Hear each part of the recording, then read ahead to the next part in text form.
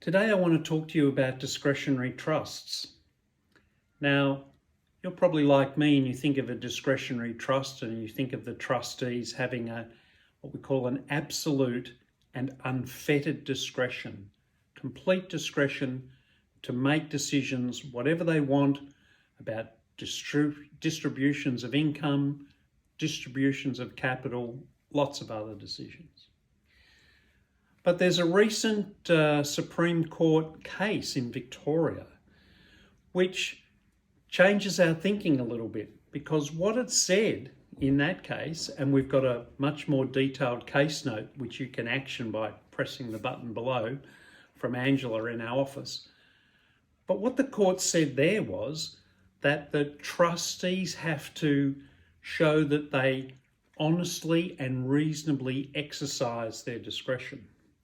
Now, this was a case where the trustees every year, almost every year, made exactly the same distributions of income. But they never bothered to find out if the beneficiaries had a lot of money, had no money, were bankrupt, desperately needed money. They just basically made the same decision every year without getting any information, without informing themselves about what the beneficiary's position was.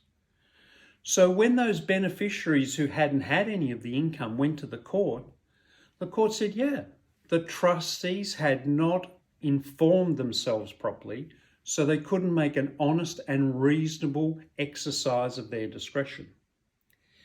So the lessons from this are, if you're involved in the administration of a discretionary trust, the trustees must take steps to become reasonably informed before they exercise any of their discretions.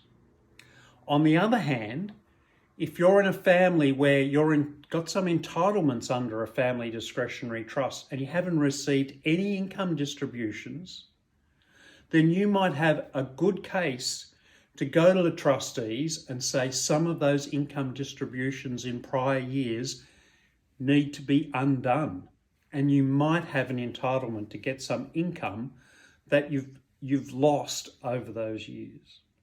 So if you've got any questions about this, don't hesitate to contact us. I'm Ross Millen at Millens, and we're here to help you. Thanks.